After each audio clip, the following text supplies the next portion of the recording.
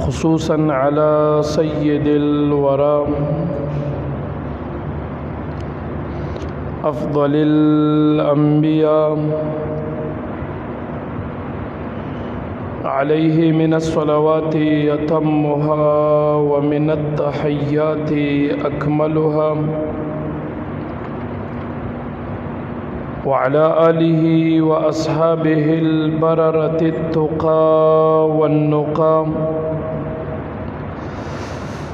وعلى أولياء أمته السائرين في القدس والعلا ولعنة الله على أعدائهم الجهلاء الذين أهرقتهم وأهلكتهم نار الحسد والبدع والهوى. أما بعد فأعوذ بالله من الشيطان الرجيم. بسم الله الرحمن الرحيم. قال الله تبارك وتعالى: لن ينال الله لحومها ولا دماؤها ولكن يناله التقوى منكم. الآية. صدق الله مولانا العظيم.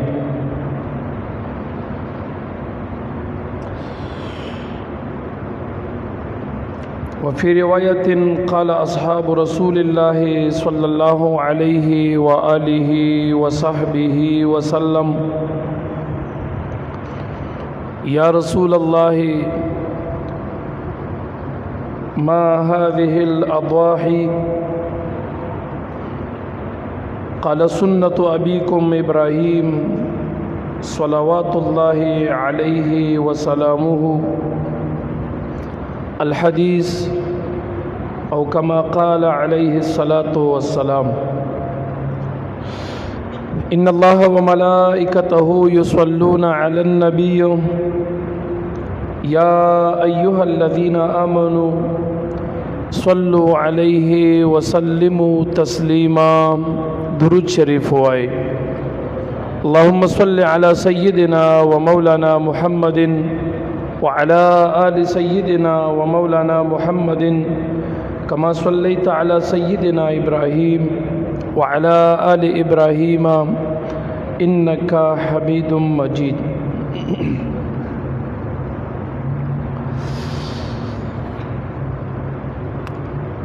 د قربانه متعلق مسائل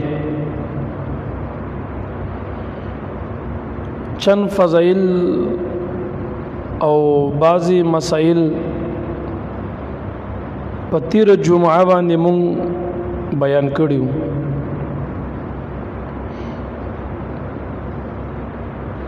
نن جمعه باندې چې دا دویم بیان د مسائل د قربانه جوړیږي، د قربانه د بعضی مسائل وضاحت او بیان.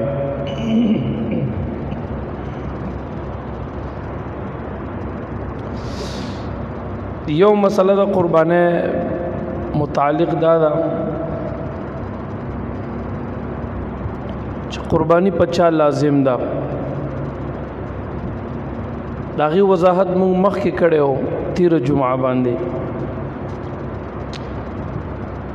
چې کوم سړی صاحب د نصاب وي، دومره اندازه نصاب چې څومره اندازه نصاب د سرسید لپاره لازم وو چې 50 سرسایه ور کول لازم دي، پاغه قربانی کول هم لازم دي. یعنی د سرسایي برابر نصاب څوک د قربانۍ په ورځو کې ولري نو په دې سړي باندې قرباني کول لازم ګرځيږي. د قربانۍ وخت په جنین بیا په دې مسله تاسو پوه شئ. د قربانۍ کول وخت دی نو دا د لسمې د ذل حجې د میاشتې، یعنی د لوی اختر د ورځې د سحر د لوی اختر د مانځنه والا تر 12 د ذوالحجې ماخام نور پرې واته پوري یعنی دغه اختر درې مې ورځې ماخام نور پرې واته پوري دا وخت د قربانۍ دی اوس په دې دومره وخت کې دا درې ورځې جوړیږي که په دې کې چا سره د قربانۍ د کولو وس پیدا شو نو په دې سړي قرباني کول واجب دي ګوره په دې مسله ځان پوي کوي یو سړی دی ابتدا د قربانۍ په ټیم کې دی غریب دی مسکین دی وس نه لري اوس دغه اختر ورځ راغه د اختر د مانځه ټیم دی مانځه نه بعد ستا وس نشته چې قرباني وکړي د اختر ورځ تیره شوه د میلې ورځ راغه په دغه ورځ ستا وس پیدا شو یا د اختر په ورځ باندې د مانځه نه پس رستو ټیم کې یا د میلې په ورځ یو کافر دی هغه مسلمان شو یا یو مسافر دی او هغه خپل کلی وطن تراغي کلی تراغي علاقې تراغي د اختر په ورځ یا د اختر په سبا باندې یا په درېم ورځ باندې راغی خود انور پرې وطن مخکې دی را رسیدلې دی نو په دې قرباني واجب شوخه اوس یو مسکین دی د باندې قرباني واجب نه ده خو چې کله د اختر ورځ راغه د اختر د منځ نه بعد اوس د لوی اختر مون نه پس د مازیګره پوری ماخام یا د شپې یا په دویم ورځ سحر یا غرمه مازیګر ماخام یا د شپې یا په دریم ورځ چې 12 د ذوالحجې جوړیږي سحر کې یا غرمه کې ورسره دومره پیسې پیدا شوي چې د قربانۍ وس لري نو د باندې قرباني واجب ده تر دریم ورځې ماخام نور پرې واته پوری قرباني کیږي چې نور پرې وته نه بیان کیږي دا ضرور نه چې تاسو سره مخکې لکونه روپې وي کله چې د قربانۍ هغه شرایط د اختر په ورځ باندې پوره شي یا د اختر په سبا باندې پوره شي هم په تا باندې قرباني لازمه ګرځيږي دا یو مسله شو وضاحت مونږ کو اوس کې یو سړی کافر دی او هغه د لوی اختر په ورځ مسلمان شو او وسلري نو د باندې خو د قربانۍ ټیم باقی دی کنه تر درې ورځې ماخام نور پرې واته پوري نو د شریعت دا حکم متوجه شو اوس دا نو مسلم دی به قربانیم کوي اگر که د اختر ورځ تیر د په سبا دیو کې په درې ورځ دیو کې یا یو مسافر دی په مسافر قربانی نشتا او د خپل کلی تراغه د وطن تراغه د خپل علاقې تراغه او دا د اختر ورځ د لوی اختر یا د لوی اختر سبا ده نو په د باندې هو چې مسافر او قربانی په لازم نه و واجب نه و که په حالت د سفر کې د قربانیو کې نو قربانی کیږي دا نفلی ده بس وی کوي شو او کچرته د خپل کلی وطن تراغه لا د غټ اختر درې ورځې ماخام نور نه دی پرې وتی داغې نه مخ کې راغی نو په د باندې اس قرباني لازم شو په دې مسله پوه شوي جواب را نه غي ها دا یو مسله شو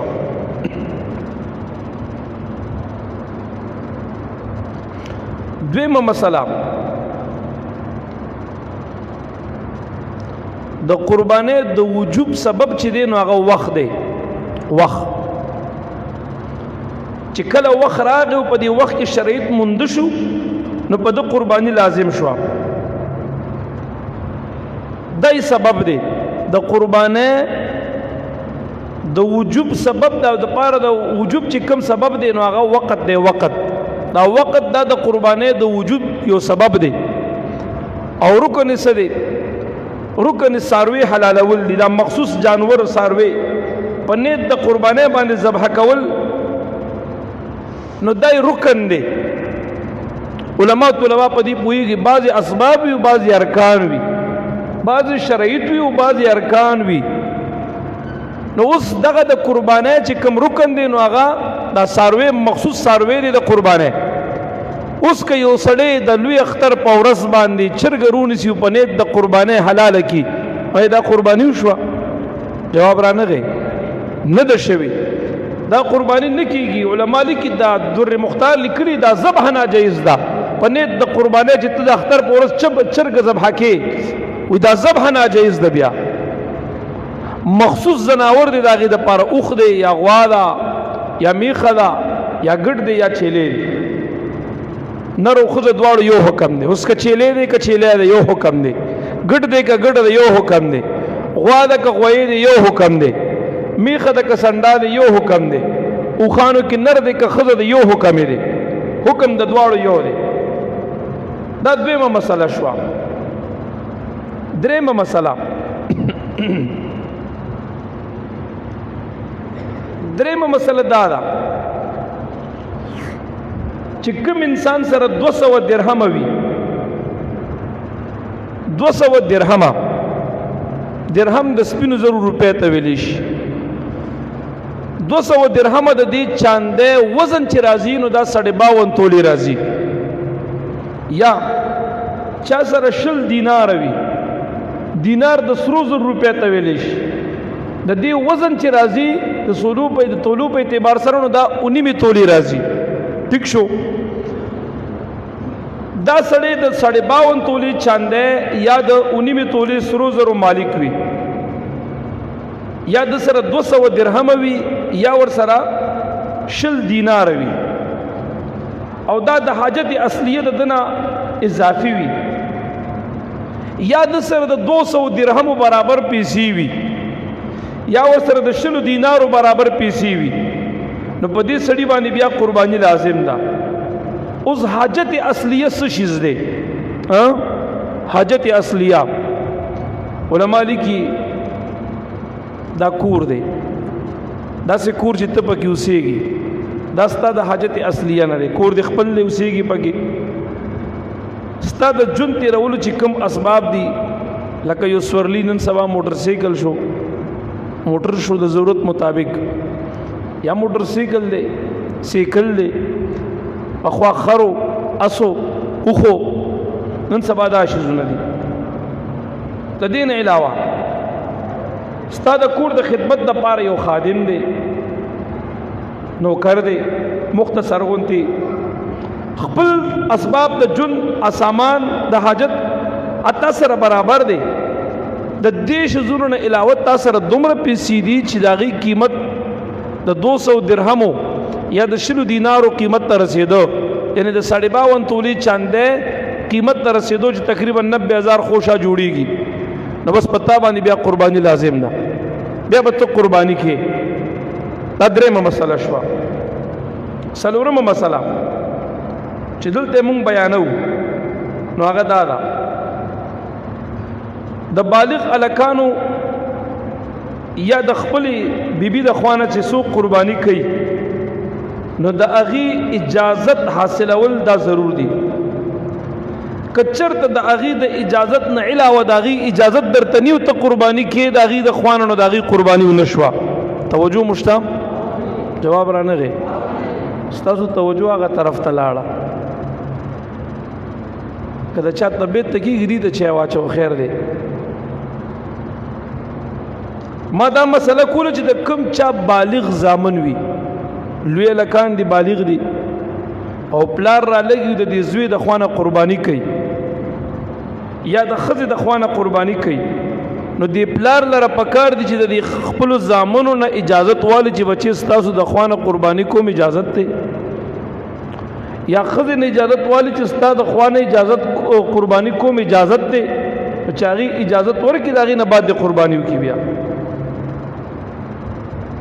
که چېرته د هغې اجازت ورته نه وي او دې قرباني وکړي نو هغه واجب قرباني ادا نه شو، د هغې غاړه پرې نه ازادېږي. چې اوس هغې اجازت نه ورکوي زمونږ اجازت نشته او دې وله کوي نو د هغې غاړه نه ازادېږي، واجب ادا نه شي. که چېرته یو نابالغه بچی وي،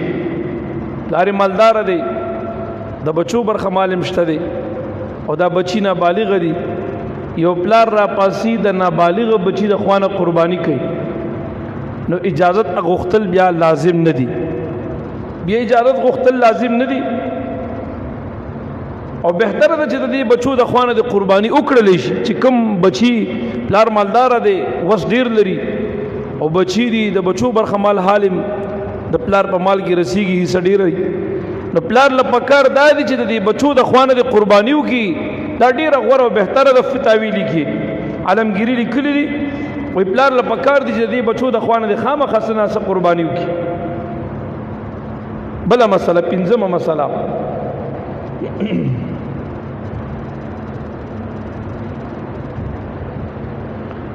د قربانۍ کول په وخت کې قرباني کول لازم دي. په دې مسله ځان پوي کیخه د قربانۍ کول په وخت کې قرباني کول لازم دي. که اوس یو سړی د قربانۍ په ځای دغه قیم مقام راوالي دی چې دا بزو د قربانۍ په ځای د قربانۍ د سروي بچاله سلامت خیراتی ورکم ژوند دی یا به د قربانۍ د پیسې راواله مودا بچاله د غریب لورکم کونډ لورکم یتیم لورکم چرته مسکین لورکم مسافر لورکم نو دا ستا قرباني نشوا ستا غاړه نه آزادېږي. اوس دلته د خدای حکم دا دی چې قرباني وکا نو ته قرباني وکې که ته خپل رب راضي کې نو د الله دپاره به ته دا څاروي حلالې او دا وینه به تویې قرباني وکې. اوس د قربانۍ په وخت کې یو سړی په ده باندې قرباني لازم ده چې دی قرباني وکړي دی قرباني ونه کړي دی د قربانۍ دا څاروي راولي چاله صدقه ورکړي نو دا نه کېږي یا دی دغه څاروي پیسې راولي دا چاله صدقه ورکړي نو دا نه کېږي. ها البته ته اوس په خپله څاروی نشي حلالولی چل نه درځي ده ته دې ویل راشه حلالې که هغه ته دې ویل هغه بېله مسله ده. خو دا چې یو سړی ژوندی چیلې راوالي یا غوایې راوالي یا اوښ راوالي یا سنډا راوالي او بس دی وایي چې زه دا نه حلالوم او ټول په ټوله ژوندی مې تاله درکړو بس دا ستا شو او یا د هغې پیسې راوالم او دا ټولې پیسې تاله درکړم بس یاره دا واله او زه قرباني نشم کولی بس تا غاړه بند پاتې شوه تا باندې قرباني لازم ده تا ته حکم د خدای متوجه دی ته به قرباني کې په دې ستا غاړه نه آزادېږي چې ته دا پیسې چېرته چاله ورکړي چېرته مسکین لا یتیم لا ورکړي. بله مسله ما نه تېره ورځ هم چا دا تپوس کړو د بډبیرې میرې نه چا ټلیفون کړی د دې تپوس رانه چا کولو یاره 9 کسان دي دې ته متوجه شي ښه متوجه شي 9 کسان دي او دی خپلو کې مرګري شو دی پیسې واچولې او دی په شریکه باندې 15 څاروي راوسته. توجه مشتم جواب رانغی. اوس 9 کسان دي خپلو کې مرګري شو شریک شو او دی په 9 کسه پیسې واچولې او په هغې باندې مثال له خبرې درته یم چې تاسو پوه شئ 15 سخوندرې پرې راوسته 15 سخي پرې راوسته سخوندرې پرې راوسته. اوس د دې 9 کسانو نه آیا دا 15 خوندرې حلالول دا جایز دي دی باندې قرباني کېږي که نه دی به څه صورت وي دی کې بس قرباني د دې څنګه کېږي. بله ورځ ما ته چا دا کار کړی ما ته وایي چې دغسې 15 کسان یو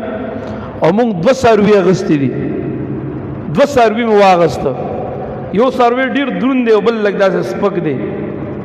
او موږ اوس دا په دې 15 کسه باندې یا په دې 4 کسه دا 2 څاروي حلالو نو دا به موږ څنګه کوو که دا یو څاروی په 2 کسه دی اخلي او دا بل په 3 کسه هغې نه دی پې رضامند نه دي نو د دې حل به څه وي. تاسو ته ما دا مسله اوس بیانونه تاسو به په خپله اوس پوه شئ 15 کسان شو یو مثال در کوم چې تاسو پوه شئ یا 9 کسان دي او په دې 9 کسانو باندې دی خپلو کې راجمع شو پیسې یې واچولې او دی په شریکه باندې ځان لا 15 خوندره واغسته او دا اوس دی په 9 کسه حلالوي دا به څنګه کېږي قرباني کېږي که نه بالکل جایز ده. طریقه به دا وي چې 15 څاروي دي په دې 15 څاروو کې د دې یو څاروي کې د 9 واړو ډېرې به وي 9 ډېرې به دې کې جوړ کړي هر یو به ترې خپل ډېرې والي 9 ډېرې به دې کې جوړ کړي هر یو به ترې خپل ډېرې والي 9 ډېرې به دې کې جوړ کړي هر یو به ترې خپل ډېرې والي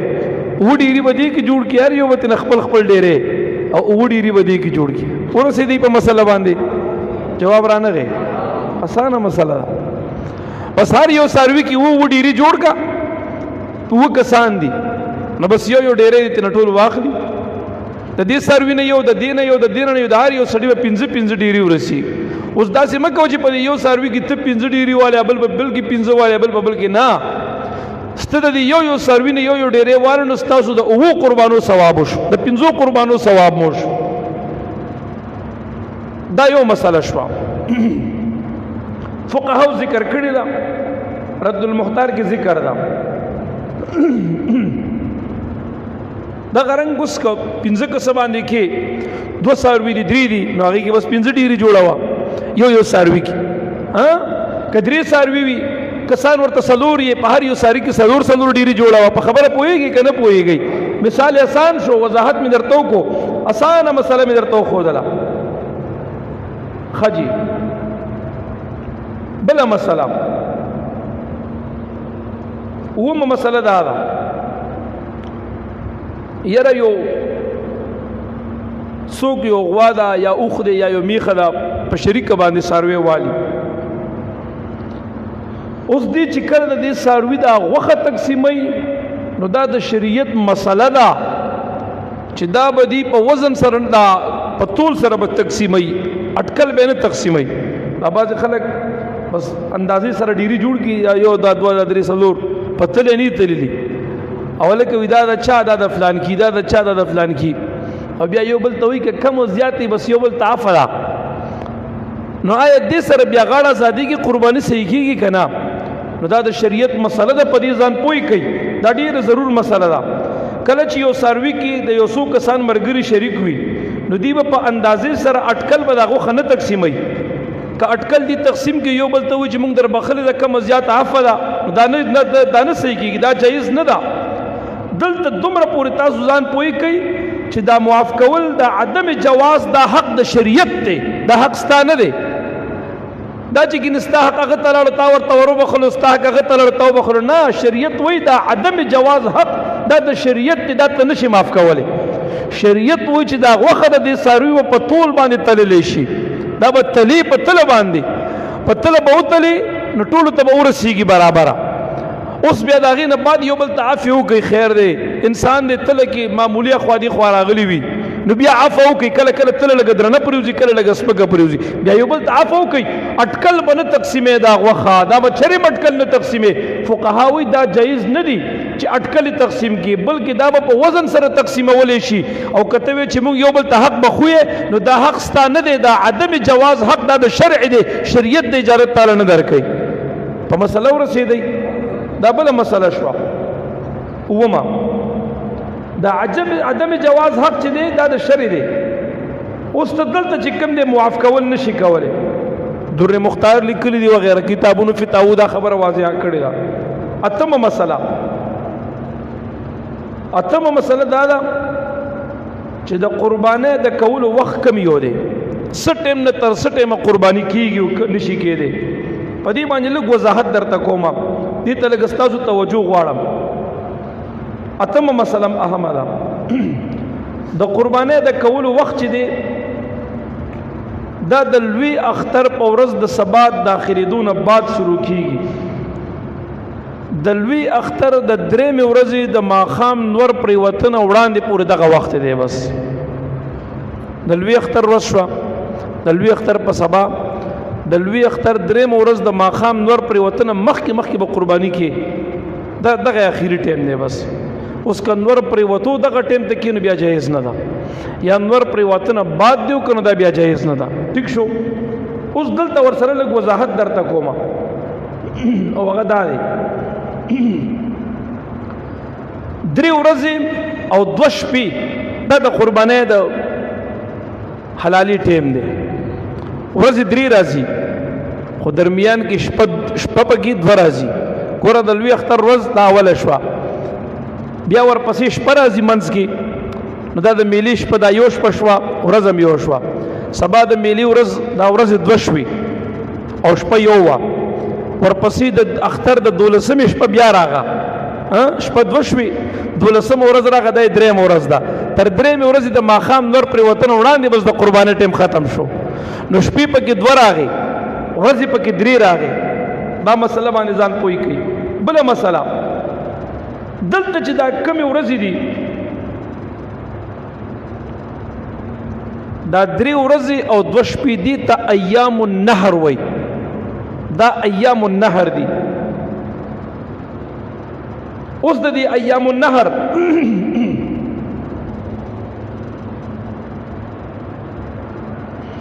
د 11مې نه اخواته 11مه 12مه 14مه دغه ته ایام التشریق وایي ګوره دا وضاحت فقهاو کړی دی دلته یو باریکی ده څوک متوجي وي به پوه شي د غټ اختر 3 ورځې او 2 شپې دي دي ته ایام النهر وای ایام التشریق کم یو دي دا غټ اختر په سبا 11 ورځ 12 ورځ 14 دي ته ایام التشریق وای لہذا دا غټ اختر چې کمی ورځې دي په دې کې ایام النهر نو دا 3 راغی او ایام د تشریق په کې 2 راغی ډومبه ورځ چې دا د غټ اختر دا نهر کې راځي دا د نهر والا ده او دا باقی 2 ورځې چې دي دا په ایام التشریق کې دا د قربانۍ ورځې دي 2 ورځې د ایام التشریق ناراضي یو د ایام النهر ناراضي ټیک شو دغه شوي ایام النهر کې لسم ورځ د ذوالحجې ته یوم النهر وي یو لسم 12 14 دي ته ایام التشریق ویل شي خجی دا در مختار وغیرہ ذکر کړی دي اوس دلته یو مسله بلا نهمه مسله دا ده چې قربانی په لسم ورځ د ورځې په کار ده یا په 11 ورځ یا په 12 ورځ دا شپه چې ده نو دا په ایام النهر کې داخله ده اوس که چرته یو سړی د شپې قربانی کوي لکه اوس دغه اختر ورځ ټول ورځ ته اوزګار نشوي برابر نشوي د نه کا ماښام نه بعد ته کور ته راغی بس ستوماني دي موتې د اوس فارغې برابرې ته به زه د شپې قرباني کوم دغه اختر په ورځ ماښام مانځه نه بعد قرباني کی یا د میلې په ورځ ماښام مانځه نه بعد قرباني کی نو یا قرباني کیږي نو او کیږي خو د شپې قرباني کول مکروه دي څه دي جواب را نه غي مړه ټول وایي کنه خیر دی مکروه دي د شپې په قرباني نه کی حلاله به د شپې نه کی فقها د شپې قرباني باندې کی د شپې قرباني مکروه ده لہذا د شپې مکوا عالمگیری په دې باندې وضاحت بیا کړې دي چې د شپې په قرباني نه کی ولی باندې کی بیا خودلې ده هغه بعض زمانه دی بس بیا ما خبر وګړيږي لسمه مسله قرباني په کوم ورځ باندې ډیره افضل او غوړه ده په کوم ورځ د قرباني کولو اجر ډیر زیات دی بعد سړی مالدار دی د 2 قرباني کوي 3 کوي 4 کوي 5 کوي بعد چاله خدای اوس پر کړی وي ګډان امراوستي جوټ امراوستي وي خوندر امراوستي وي شته دی کنه اوس د بعض ساروی او ساروی 2 په اول ورځ لال کی بیا په 2 ورځ یو لال کی بیا په 3 ورځ 2 لال کی په دې باندې ځان پوها کوي قرباني په کوم ورځ باندې غوړه او بهتره ده فقها لیکي اول ورځ د قرباني دا ډیره غوړه ده د دویمه ورځ نه د لوی اختر په ورځ باندې ته چې کوم قرباني کې د دې ثواب ډیر زیات دی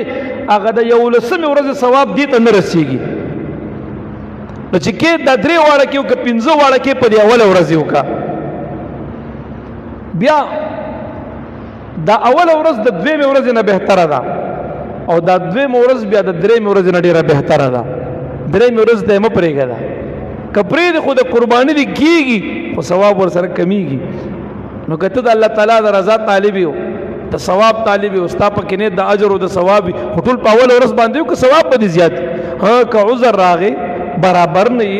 اوس که صاحب نشتا ټول په یو ورځ سنبالول نشي تکلیف دې درتا نو بیا سوکشتنه نو بیا خو عذر خو شریعت قبلې کنا خو غوړه قرباني هغه د ټول په اول ورځ باندې کوم وکړل شي په لسم ورځ د ذوالحجې باندې چې هغه ته موږ متازي په خپل اصطلاح کې دغه اختر ورځ وایو دلته یو مسله فقها بل ذکر کړی دا عالمگیری وغیرہ وضاحت ډیر کړی دی کله کله زموږ د پاکستان کې خو کله کله نه همیشه داسي وي کله کله داسي چې اختلاف راشي یو وی الک میاشت ذوالحجې او خطا گواهانم پتیر شي حکومت وی نه سبب خيږي تاسو ډیر کرت کیږي نو څوک وی نن داخله شو میاش مثال په تو هغه وی د جمی پښ په میاش شو خطا دی وی نه د خالی پښ په خيږي حکومت وی نو اوس د دې اختلاف ثمره رست راغه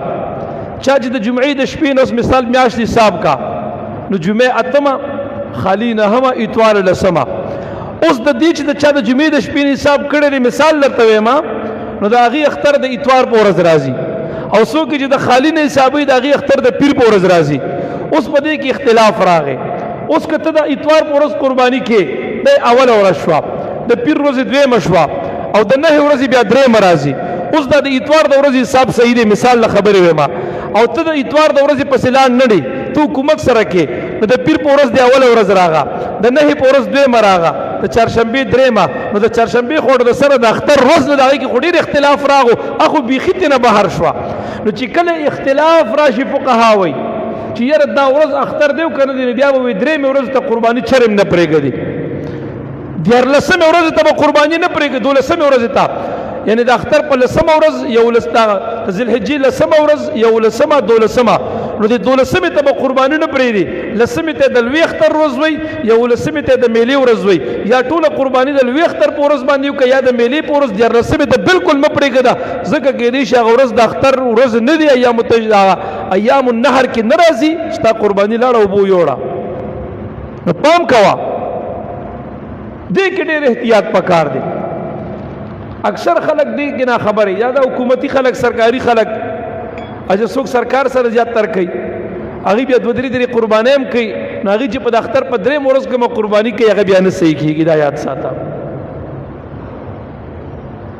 دا وضاحت عالمگیری وغیرہ کړی دی. خام عالمگیری بل مسله ذکر کوم، یو لسمه مسله عالمگیری بیان کړی دا په ایام النهر کې قربانی کول یا داغي صدقه ور کول کم یو افضل دي، داغي قیمت ور کول کم یو افضل دي. وی قربانی واجب ده، قربانی افضل ده، قربانی لازم ده، او داغي پیسې ور کول دا نفل دي، مستحب دي. نو اوس چرته واجب او چرته نفل، دا بعد سړی وي یاره خدا قربانی سره کې نو به دا پیسې چرته غریب لورګه کنه، نو کالو سر د خدای دا کور د غنم ډکه، تا ته کالو سر دا غریب نه یاد، خو چې د خدای حکم راشي نو شیطان به درته وسوسې اچي. د شیطان کار څه دی؟ تا د خدای د بندګۍ نه په یو طریقه باندې اړی، تا نه به د خدای تعالی بندگی پاتې کیږي، اوس که دغه در نور وس نه رسي، تا د خدای د عبادت نه نشي وستې. نو شیطان کار دا دی چې 2 کار دي، د عبادت دام عبادت دام عبادت، خدا عبادت غوره دی، دا عبادت لږ کمزورې دی د ثواب په لحاظ باندې، یعنی دا یو فرض دی دا بل نفل دی. نو شیطان به تا د فرض نو باسي په نفل کې به ادا مختقي ادا دغه کوي، سو په نفل کې به تا راړي، نفل ته به تا راکاږي، دې د پاره چې تا نه فرض او واجب نه پاتې شي، کمزوري عادت تا هغه کمتر عبادت ته به تا راکاږي چې هغه اصلي مقصودی عبادت نه پاتې شي. نو دا خلک چې دا خبر درته کوي چې یره د ساروی دا قربانه پیسې ورګه کنه چرته غریب مسکین لا، نو ورته تا کالو سر دا غریب مسکین نه یاد، خو چې د خدای حکم راشي نو مسکین درته یادي، غریب درته یادي. زما رب کریم د غریب او مسکین د پاره زکات ټاکلې، غنیمت ول ټاکلې، شریعت هغه د پاره پوره خیال ساتل، صدقه ول مقرر کړی دا. خدا چې کوم حکم دی نو دا د الله پتاي او ازمیخت او امتحان دی چې صدقې ورکول په وخت به صدقه ورکې، د زکات ورکول په وخت به زکات ورکې، خو د قربانۍ د کول په وخت باندې بیا قرباني کې وینه بتوي. یاد ساته شریعت د ټولو خیال ساتلې. دلته دا بعض خلک د شیطان په دام کې راگیر شي. نو ما درته ویل شیطان اول کوشش دا دی چې تا د خدای د عبادت نه وباسي، بندګۍ د خدای نه دی وباسي او عبادت نه ترک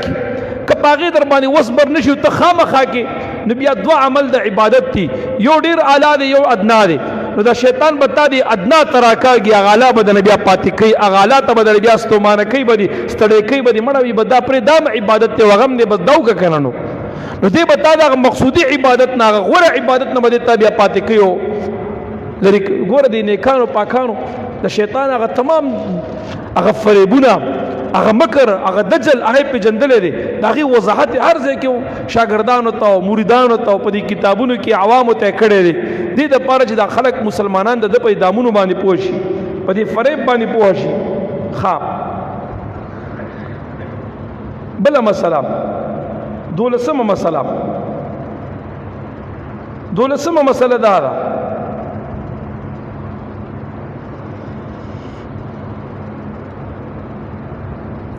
کم خلق چې په خاریه کې اوسېږي او دی قرباني کوي، د دې د قربانۍ ټیم څه دی؟ دی به کم ټیم قرباني کوي؟ او کم خلق چې په غریز علاقو کې باندو کې اوسېږي، په غریز علاقو کې اوسېږي، نو د هغې د اختر منځو یا د هغې د قربانۍ څه حکم دی؟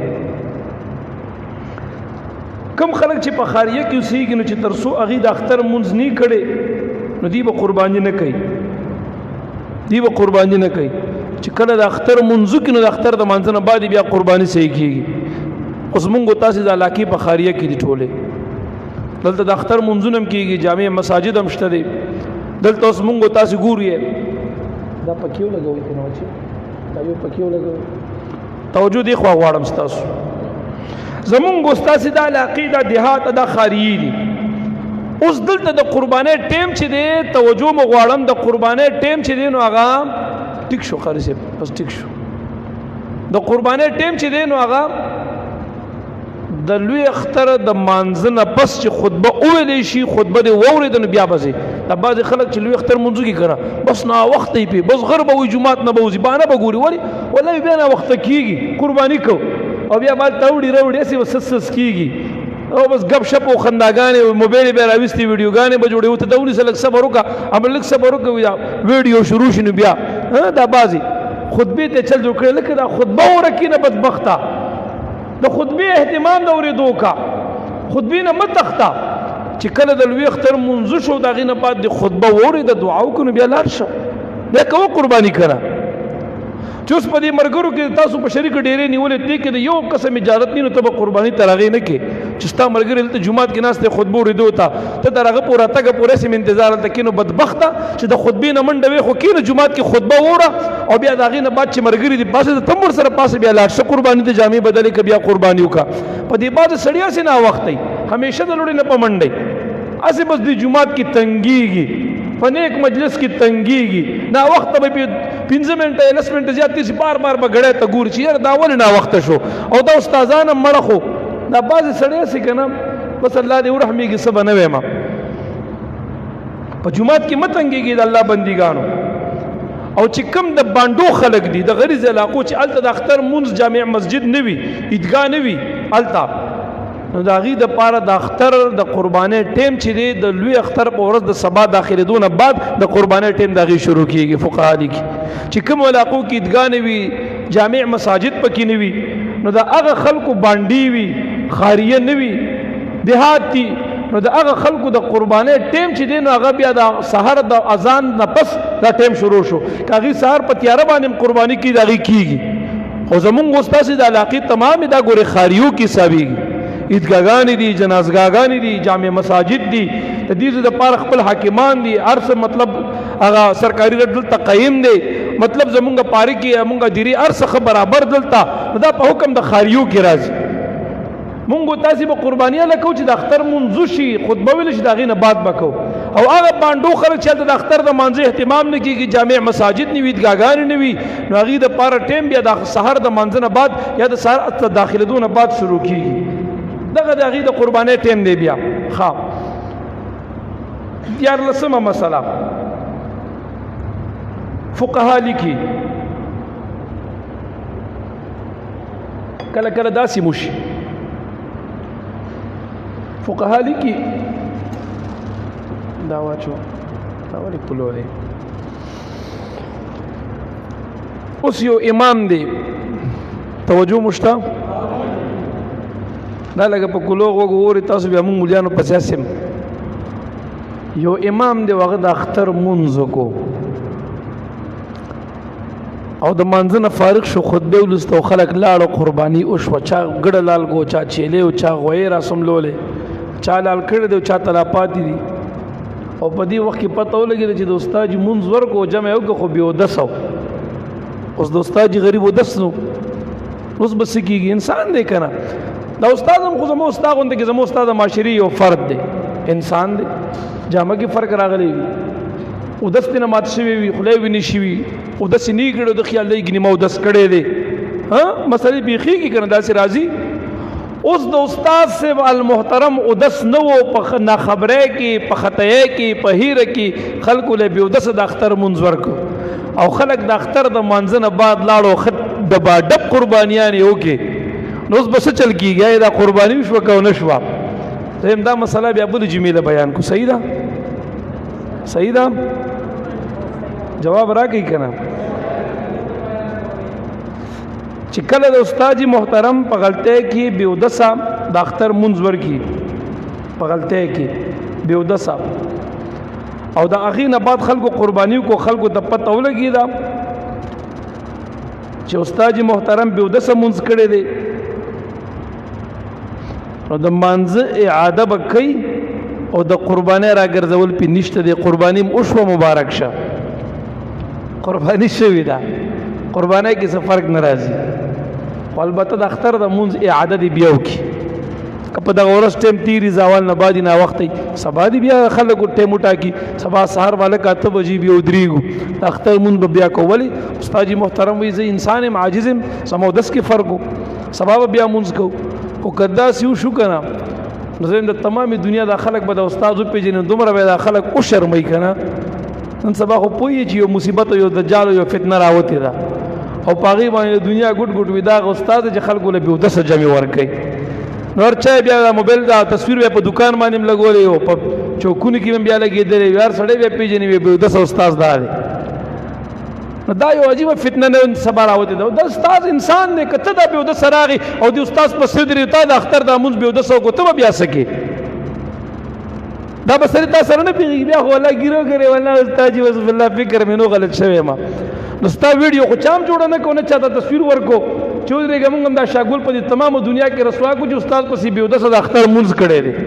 او کچر ته استاد نه غلطي وشي نو دا استاد غلطي بیا تمام دنیا کې نشر کیږي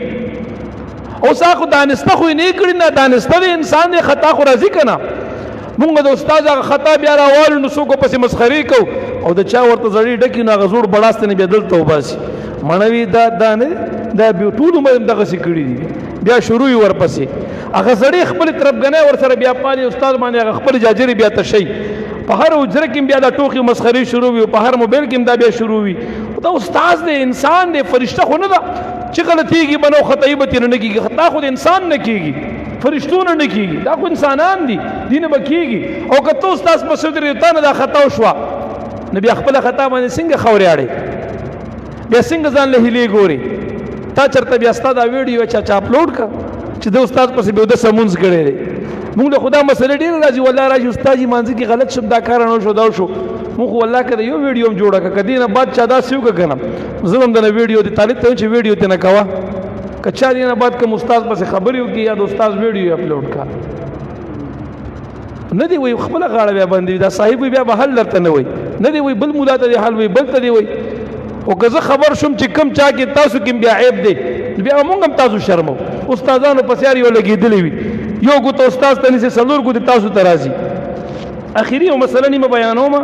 زموږ ټیم شوی دی بلکې یومین دوړي دلیندي سورلسمه مسله پچا باندې د قرباني ورځ تیر شو قرباني ونکا بعض خلک داسې وی چاغي اسی بس خدای ته توفیق غستې خو وسلري خو مالداري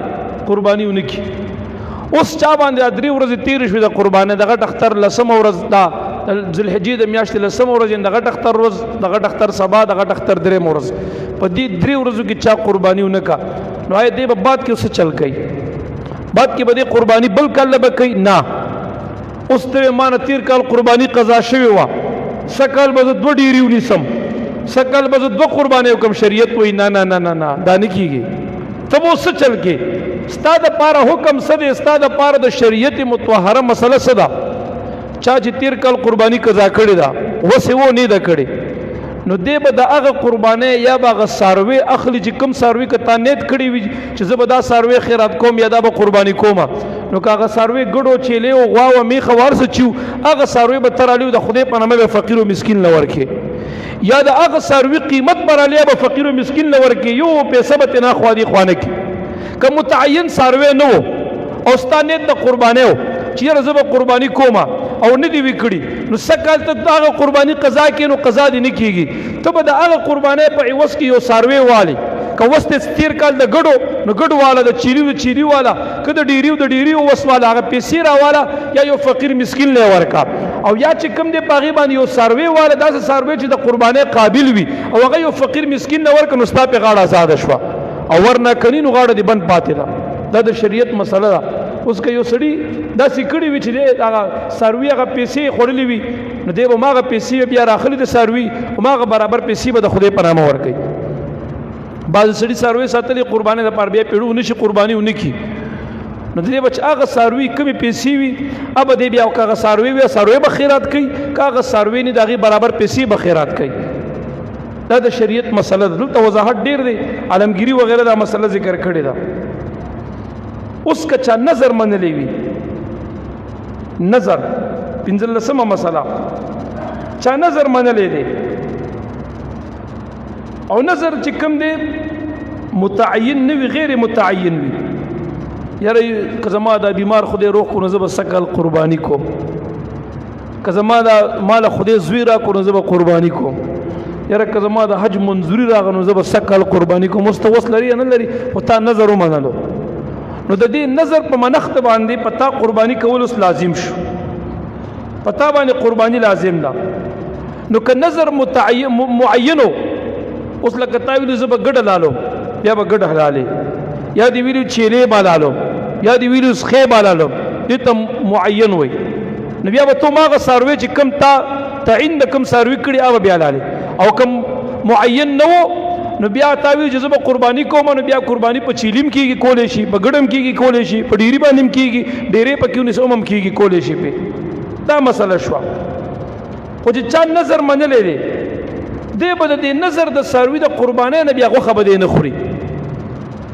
د دې څاروي غوښه به دی نه خوري ټوله په ټوله غوښه به ته قرباني کې خیرات کې به بیا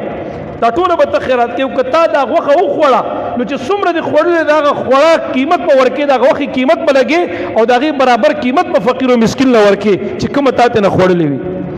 بعضې قرباني داسې چې هغه خلک نظر ومني نو د نظر په صورت کې بیا دغه مسله شوه. دا 15 مسلې د قربانۍ مونږ نن بیان کړي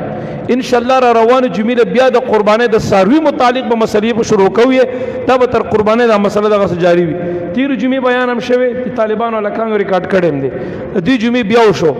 دا واوري بار بار واوري د چا د قربانۍ د مسلو کې شک وي ستاسو دپاره مونږ خواري کوو دا فتاویونه یو مسله راغونډو لیکو یې تاسو دپاره اسانه وي چې د معاشره کې د کومو مسلو ضرورت دی مونږ وایو چې خپل یارانو ته هغه وکړو زمونږ هم غاړه ازاده شي او تاسو هم په یو مسله د شریعت باندې آګاه شئ. وما علی الا البلاغ واخر دعوایا ان الحمد لله رب العالمین.